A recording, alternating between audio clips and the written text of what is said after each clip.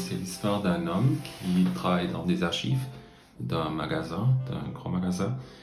À un moment, il perd son travail et il prend tout l'archive avec lui dans sa maison et il vit plus ou moins dans cette archive, dans ses archives. Il ne sort plus de la maison. Il y a aussi une femme il était amoureux d'elle, jeune homme. Il ne l'a plus vue depuis 40 ans.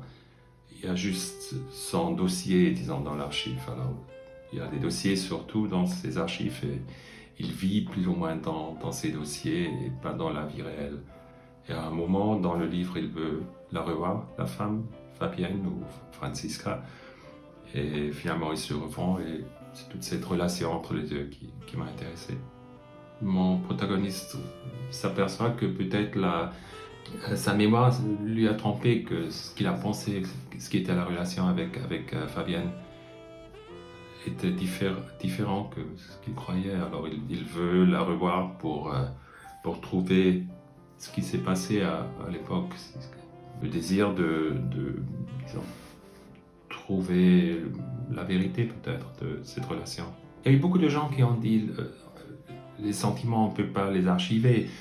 Et c'est vrai d'une sorte, car lui, il veut toujours mettre tout dans son archive, les sons de l'eau, les odeurs, toutes sortes de sensations. Mais il s'aperçoit que c'est pas facile. Et finalement, je me suis dit, un archive des sentiments, c'est la littérature. C'est vraiment là où nous archivons nos sentiments. Et c'est la seule possibilité de garder les sentiments, c'est de raconter des histoires.